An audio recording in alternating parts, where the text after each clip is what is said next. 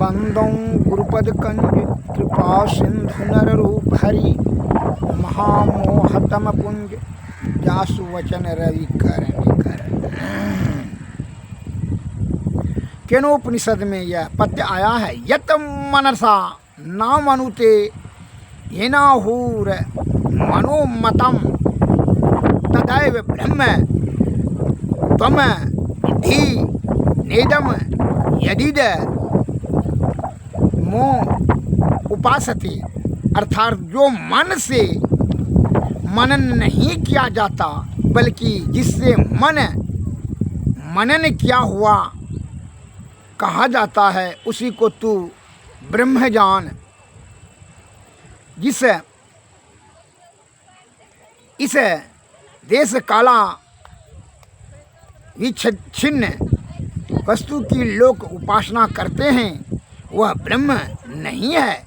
इस मंत्र में बतलाया गया है कि जो इंद्रियों द्वारा जानने में आता है वह ब्रह्म नहीं है। ब्रह्मांड पुराणों उत्तर गीता में शब्द आया है अमात्रम शब्द रहितम स्वरम व्यंजनम वर्जितम बिंदुनाद कलातीतम यस्तम वेद सह वेदवीता। अर्थात जो परमात्मा को हर्ष व दीर्घ प्लुतादि रहित तो स्वर व्यंजनात्मक वर्णों से अतीत एवं बिंदुनाद के परे कहकर जानता है वही वेद का तात्पर्य जानता है। इस मंत्र में परमात्मा को हर्ष व दीर्घ लुप्त प्लुप्त स्वर और व्यंजन से परे बतलाया है और परमात्मा के स्वरूप को जो ठीक ठीक जान लेते हैं अर्थात बुद्धि में धारण कर लेते हैं वही वेद के तात्पर्य को भी जानता है। श्री सद्गुरु महाराज। अर्थात इसमें जो बताया गया केनोपनिषद में जो मन से मनन नहीं किया जाता मन से मनन नहीं किया जाता बल्कि जिससे मनन किया हुआ कहा जाता है उसी को तू ब्रह्म जान। ब्रह्म को मन से नहीं जान सकेगा।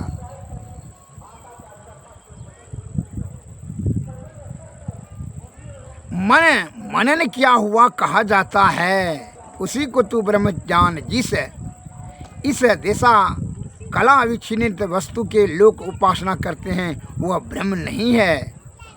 अर्थात इस मंत्र में बतलाया गया है कि जो इंद्रियों द्वारा जानने में आता है वह ब्रह्म नहीं है। यह इंद्रियों मन बुद्धि चित्त और अहंकार यह ज्ञान इंद्रियां इस सब से ईश्वर को नहीं जान सकते हैं। उसको जानने के लिए आपको विषय के परे इंद्रियातीत होकर अंतर्मुखी अंत साधना में से ही यह सूक्ष्म जीव वहाँ पर ब्रह्म की प्राप्ति कर सकता है। वही जान सकते हैं न कि मन अहंकार आँख कान नाक कान मुँह यह सब नहीं। रूप रस गंध शब्द स्पर्श ये सब विषय नहीं जान सकते वो सब की। एक बार जो है जो अध्यात्म के प्रति श्रद्धा और स्नेह और धर्म के ज्ञाता थे राजा जनक उनके मन में यह सत्संग सुनने की उत्कंठा हुई। वहाँ से जो है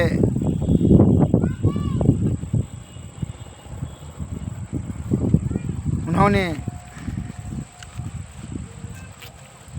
ज्ञान जानने की पिपासा को जो है राजा जनक ने मन में अध्यात्म ज्ञान की चाह उत्पन्न हुई। उन्होंने ऋषि मुनि और साधु महात्माओं को बुलाकर अपने यहाँ शास्त्रास्त्र का आयोजन रखा। राजा जनक ने 1000 गायें मंगवाई और सबके सिंह पर 20-20 मोहरें बंधवा दिए सोने का। घोषित कर दिया कि जो व्यक्ति शास्त्रास्त्र में जीतेंगे सारी गाय उनकी होगी। 1 महीने तक वाद विवाद होता रहा। अनंत याज्ञवल्क्य जी विजय हुई और 1000 गाय मोहरे समेत ले गए। 1 महीना के सत्संग से राजा जनक की आध्यात्मिक रहस्य का पता तो चल चुका। अब उन्हें अनुभव ज्ञान प्राप्त करने के लिए ललक हो गई। राजा ने घोषणा करवाया कि मैं इसी तरह 1000 गायें और दूंगा जो मुझे अंदर ले जाकर के आत्मज्ञान करवा दें। यह घोषणा किया। कोई साधु महात्मा आगे नहीं आए। याज्ञवल्क्य जी वाचक ज्ञानी थे, वे सब सिद्धांत समझा दिए, पर उनमें अंदर ले जाने की क्षमता नहीं थी। आखिर राजा ने एक सोने का सिंहासन बनवाया और कहा कि जो मुझे ज्ञान दे सके वह इस सिंहासन पर आकर बैठ जाएं। शर्त यह है कि मैं उतनी ही देर में ज्ञान प्राप्त करना चाहता हूँ जितनी देर आत्मज्ञान घोड़े पर सवार होने में लगती है। ऋषिगण सोचने लगे कि ज्ञान कोई घोल कर पिलाने वाली चीज़ नहीं तो नहीं न है जो पिला दें। पहले कुछ अभ्यास करें, तब धीरे धीरे उनको जो अनुभव ज्ञान होगा तब ना आत्मज्ञान होगा। किसी महात्मा ने के नहीं आने से राजा जनक का धैर्य टूटने लगा। महर्षि अष्टावक्र ने सोचा कि कहीं राजा जनक का मन में आध्यात्मिक ज्ञान के प्रति संदेह न हो जाए। वे राजा जनक के दरबार में आ गए। राजा जनक ने उल्लासपूर्वक उनका स्वागत किया। सिंहासन पर बैठाकर चरण धोए। महर्षि ने पूछा कि राजन तू आंतरिक ज्ञान लेना चाहता है? राजा ने जवाब दिया, जी हाँ। महर्षि ने कहा कि तुमको पता है कि ज्ञान की कुछ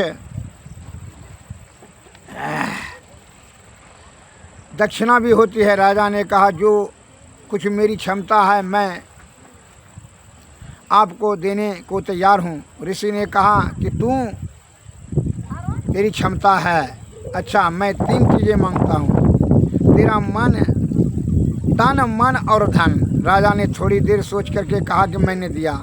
ऋषि ने कहा फिर सोच लो। राजा ने कहा कि मैंने सोच लिया। ऋषि ने कहा कि ठीक है, संकल्प करो। राजा ने चुल्लू भर पानी में भर करके संकल्प किया। अब ऋषि ने कहा, देख राजा, तुम मुझे तन, मन और धन दे चुका है। इसका मालिक अब मैं हूँ, तू नहीं। मैं हुक्म देता हूँ कि सबके जूतों के बीच तू जा कर के आसन जमा करके बैठ जा। दरबार में एकदम सन्नाटा छा गया। सब सोच रहे थे कि अपने राज्य में अपनी प्रजा के सामने जूतों में बैठना क्या ये संभव होगा? मगर राजा समझदार था, जरा भी नहीं सुकचाया, चुपचाप जूतों के बीच में जा कर के बैठ गया। अष्टावक्र जी ने ऐसा इसलिए किया कि राजा का अहंकार समाप्त हो जाए, लोक लाज छूट जाए। राजा का ध्यान महल की ओर गया, उद्यान और औरतों की ओर गया। अष्टावक्र जी ने कहा कि जनक, क्या देखते हो, ये सब अब मेरा है, मेरी वस्तुओं पर लोभ की नज़र मत डालो। राजा शर्मिंदा हो गए कि सच में सब तो ऋषि का ही हैं। वे सोचने लगे कि ये नज़र इधर उधर भागती है, मैं न बाहर देखूंगा और न ख्याल बाहर जाएगा। मैं आंखें बंद करके बैठ गया। वे राजा साहब जो है, राजा जनक आंखें बंद करके बैठ गए। ऋषि यही चाहते थे। शरीर तो बैठ भी जाता था, मन बड़ा शैतान होता है। इसकी आदत है कि चुप नहीं बैठता, कुछ न कुछ सोचता ही रहता है। कुछ समय बाद राजा का ख्याल खजाने पर चला गया। वह सोचने लग गया कि इतनी मालगुजारी आएगी और धन इतना बढ़ जाएगा। ऋषि ने कहा, जनक, जब खजाना मेरा है तो इसका हिसाब रखने की जिम्मेदारी भी मेरी है। तुम वहाँ बैठे बैठे हिसाब क्यों लगा रहे? तुमने मन भी मुझे दे दिया है, खबरदार जो इससे कोई काम लिया। राजा समझ गया कि अब मन भी मेरा नहीं है। मन कुछ सोचेगा तो यह मेरी बेइज्जती ही करवाएगा, इसे रोकना ही ठीक है। मन में विचार आवे तो इसे हटाता जाता था। इस तरह जब विचार बंद हुआ, मन थक गया, रुक गया, तो ऋषि ने अपना योग बल लगा दिया और राजा की सूरत अंदर चल पड़ी। सूरत आंतरिक मंडलों की सैर करने लगे। अष्टावक्र जी ने राजा की आवाज़ दिया, जनक जनक, जब इंद्रियों निष्क्रिय हो गई। तब बोले, कौन? ऋषि ने राजा को यूं ही ध्यान की अवस्था में छोड़ दिया। अब राजा ने आंखें खोली तो ऋषि ने पूछा, कैसा अनुभव हुआ?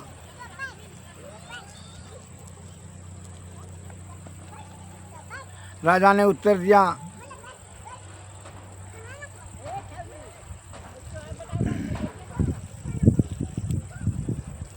ब्रह्मराज, आपने मेरा कल्याण कर दिया। ऋषि ने फिर पूछा, कोई शक नहीं रहा? राजा ने कहा, जी नहीं, कोई शक नहीं। ऋषि ने कहा, मैं यह तन मन और धन तुझे प्रसाद के तौर पर वापस देता हूँ, इन्हें अपना ना समझना। अब राज्य भी कर और भजन भी कर। इतना कहकर वे वापस चले गए। राजा जनक साधना करके विदेह हो गए। किसी शायर ने यह कलाम कहा है, जो बात दवा से नहीं होती वह बात दुआ से होती है। मिल जाए अगर पूरे मुर्शिद तो बात खुदा से होती है। इसीलिए संत वाणी में कहा है कि संतन की मति अति गोई, इसे जाने नहीं कोई। इनकी बड़ी गंभीर ज्ञान होती है, सदगुरु की कृपा जब हो जाए। इसलिए कहते हैं कि बिना सदगुरु की कृपा से आप ब्रह्म की प्राप्ति नहीं कर पाएंगे। अतः ब्रह्म प्राप्ति करने हेतु तन मन और धन यह अर्पण पूर्ण रूपेण से सदगुरु के चरणों में कर दें और पूर्ण आस्था और श्रद्धा से इंद्रियां का त्याग कर जो है अज्ञान चक्र पर चित्त को अस्थिर करके, सूरत को अस्थिर कर करके सुषुम्ना में ध्यान करें और तब ये तीनों पर्दों के पार वह सार शब्द और निशब्द में ही के ऊपर जाकर के ब्रह्म की प्राप्ति हो जाएगी। श्री सद्गुरु महाराज की जय। जैसा कि तीन लोक नौ खंड में गुरु से बड़ा न कोई, अकर्ता जो ना करी सके गुरु कर से हो। इसलिए संत महात्मा लोग कहते हैं, श्री गुरु पद नख मणि गण ज्योति, सुमरत दिव्य दृष्टि ही होती। गुरु के पद का नख का तो ध्यान कर इंद्रियातीत होकर अंतः साधना से अंतर्मुखी होकर गए, अंतः साधना से ब्रह्म की प्राप्ति ब्रह्म करें। इंद्रियों से ब्रह्म को नहीं जाना जा सकता, और जो इंद्रियों को ब्रह्म से जानने की जो बात कहता है या जो जानने का कोशिश करता है वह ब्रह्म नहीं है, वह भ्रम है, इंद्रियातीत है। ईश्वर इंद्रियातीत है। अंतर्मुखी से अंतर साधना से ही उनका दर्शन संभव है, यह गुरु की कृपा से। इसलिए गुरु के शरण में जाकर मुक्ति प्राप्त करके भक्ति करें, भक्ति से मुक्ति। श्री सद्गुरु महाराज की जय।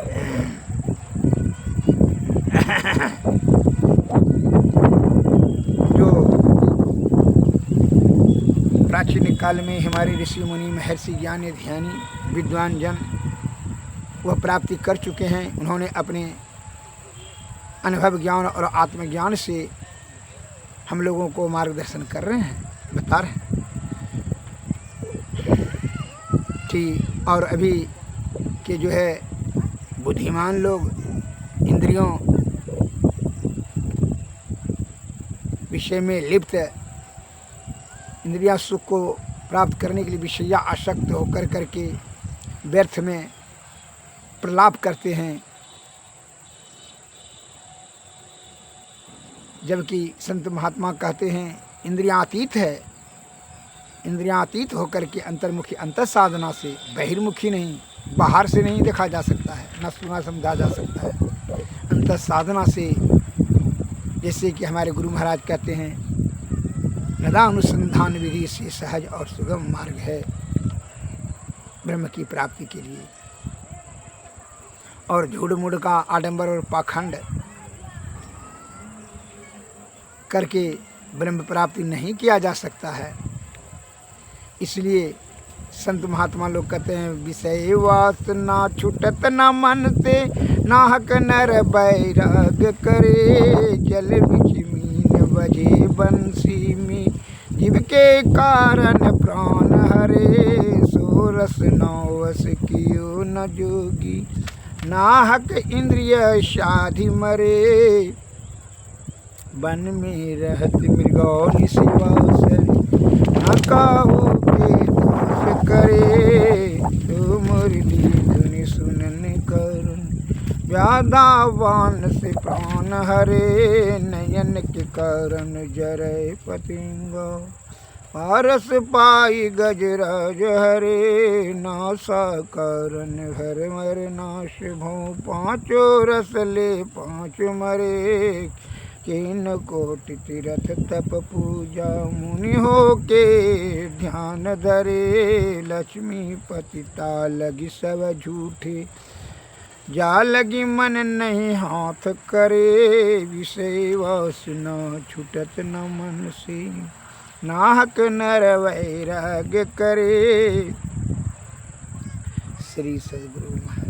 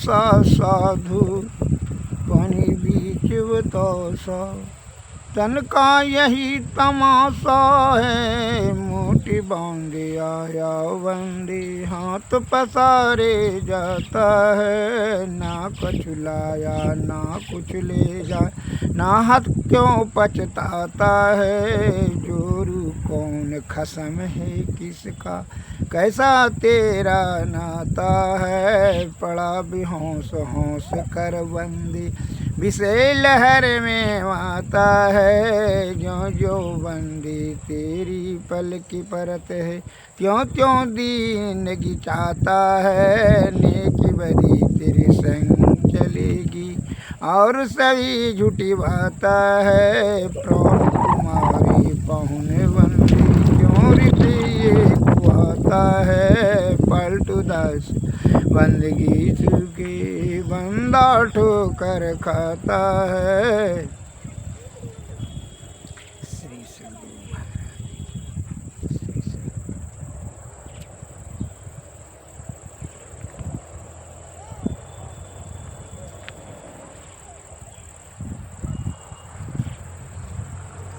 और संग सत